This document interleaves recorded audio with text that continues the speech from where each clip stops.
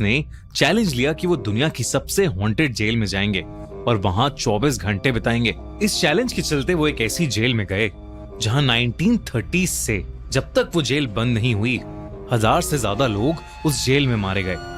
300 लोगों की तो आग में जलकर मौत हुई थी। कहते हैं कि उन 1000 लोगों में से कई लोगों की आत्माएं आज भी वहां भटकती हैं। जब मिस्टर बीस्ट अपने दोस्तों के साथ वहां पहुंचे तो उनके दोस्तों को एक काला साया दिखा और मिस्टर बीस्ट को उस जगह से अजीबोगरीब आवाजें सुनाई दे रही थीं। दोस्त जेल की हॉल में अपने बेस कैंप पर फिर से इकट्ठा हो गए थे। बेस कैंप पे उन्होंने अपने एक्सपीरियंसेस शेयर किए और उन्हें कंफर्म होने लगा कि वाकई उस जेल में कुछ ना कुछ पैरानॉर्मल चीजें जरूर हैं। इतने साफ सिग्नल मिलने की वजह से मिस्टर बीस्ट ने सोचा कि उन्हें उस जगह को थोड़ी और देर एक्सप्लोर करना चाहिए। मिस्टर बीस्ट ने सबसे कहा कि अब वो लोग उस हॉन्टेड जेल के अंदर हाइड एंड सीक खेलेंगे ताकि वो उस जेल की अलग अलग जगह पर जा पाएं। मिस्टर बीस्ट ने उन्हें चैलेंज दिया कि अगर वो उसे ढूंढ लेते हैं तो वो उन्हें $2000 देगा। सब मान गए और मिस्टर बीस्ट जाकर जेल के एक रूम में छुप गया, लेकिन उसके दोस्तों ने उसे आसानी से ढूंढ लिया। फिर उसने डिसाइड किया कि वो सॉलिटरी कन्फाइनमेंट में जाकर छुपेगा, वही काल कोठरी जो उस पूरे जेल की सबसे डरावनी जगह मानी जाती है। वहां जाकर मिस्टर बीस्ट अपने रिएक्शंस रिकॉर्ड करने लगा। उसे सॉलिटरी कन्फाइनमेंट का रूम बहुत ज्यादा डरावना लग रहा था क्योंकि उसमें एक पुराने लोहे का बिस्तर और एक गंदे टॉयलेट के अलावा एक रूह चीर देने वाली खामोशी थी। जैसे ही उसने वीडियो कट किया उसे एक अजीब सी उदासी महसूस होने लगी और अचानक से उसे एक बहुत ही गंदी बदबू आने लगी। उसे ऐसा लग रहा था कि जैसे कोई जानवर सड़ रहा हो। मिस्टर बीस्ट इस जगह के बारे में सोच ही रहा था, लेकिन इतने में ही उसे डोर से किसी का अपना नाम कहने की आवाज आई। Please save me Jimmy. उसने सोचा कि उसके दोस्तों ने उसे फाइनली ढूंढ लिया, तो वो सेल के एक कोने में चला गया और मुड़कर बैठ गया ताकि वो उन्हें डरा सके। तभी उसे वो आवाज फिर से सुनाई दी, लेकिन इस बार वो आवाज उसके कानों के पास से आ रही थी जो कह रही थी, please save me Jimmy, help me. कोई मिस्टर बीस्ट से उसे बचाने की मदद मांग रहा था। मिस्टर बीस्ट को पहले तो अपने कानों पर बिल्कुल भी विश्वास नहीं हुआ, लेकिन फिर उसे लगने लगा कि जैसे उस काल कोठरी में उसके अलावा वहां कोई और भी मौजूद है। लेकिन जब उसने नाइट विजन कैमरा से देखा तो वहां कोई नहीं था, लेकिन वो आवाज अभी भी आ रही थी, Jimmy please help me please. Mister beast को आवाज क्लियरली सुनाई दे रही थी और उसे ऐसा भी लग रहा था कि कोई इनविजिबल शक्ति उसके आसपास खड़ी है। इन सब से मिस्टर बीस्ट बहुत ज्यादा डर चुका था।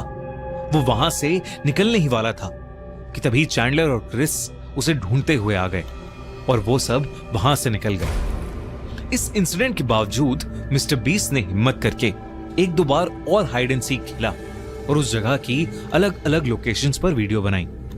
जहां सब ऑन कैमरा हंसी मजाक कर रहे थे, वहीं अंदर सबको डर लग रहा था।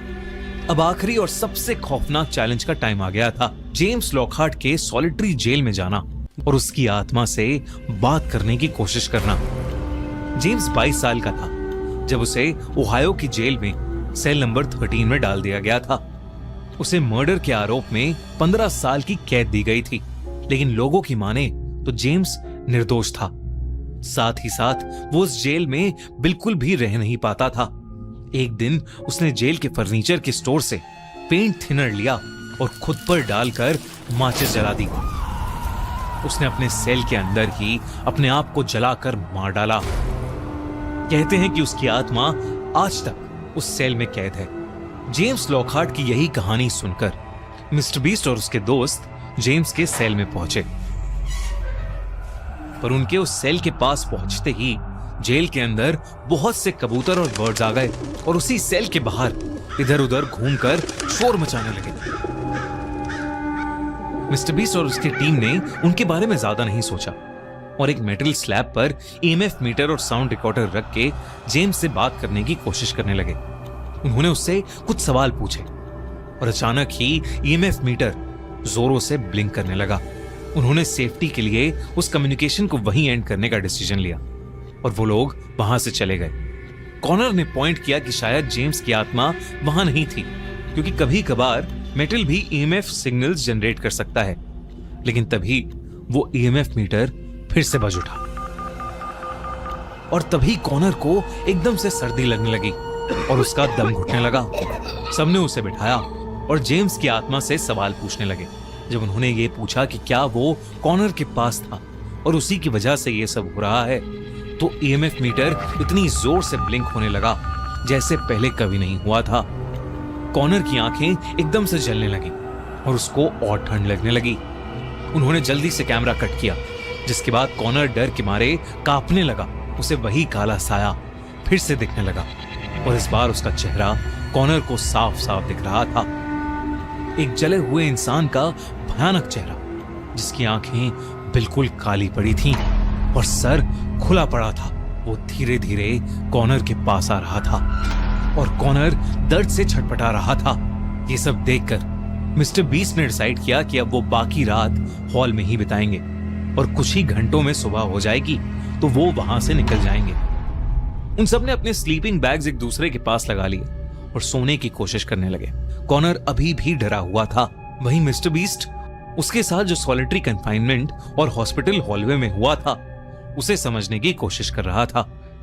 दोनों ने एक एक पेन किलर खाई और सब कुछ भुलाकर सोने की कोशिश करने लगे। तारिक सबका एक सोने वाला शॉट लेकर जैसे ही सोने जाने वाला था, तभी एकदम से बंद वॉकी टॉकी अपने आप से फिर से बज उठा। उस वॉकी टॉकी से एक अजीब सी आवाज आई। मैं जेम्स हूं, मुझे प्लीज इस कैद से निकालो, हेल्प मी। ये आवाज आते ही वॉकी टॉकी अपने आप स्विच ऑफ हो गया। तारिक पूरी रात डर के मारे सो नहीं पाया। अगली सुबह उन्होंने वीडियो खत्म की और घर चले गए। मिस्टर बीस्ट ने वीडियो में कुछ एविडेंसेस रखे और कुछ वो रिकॉर्ड ही नहीं कर पाए, क्योंकि उन्हें समझ ही नहीं आ रहा था कि वो सब सच में हुआ था या उनका दिमाग उनके साथ खेल खेल रहा था। आपको क्या लगता है, ये सब सच था? क्या सच में ओहायो प्रिजन हॉन्टेड है? और क्या कभी आप ऐसा कोई हॉरर चैलेंज करेंगे? हमें कमेंट्स में जरूर बताइए। और हाँ,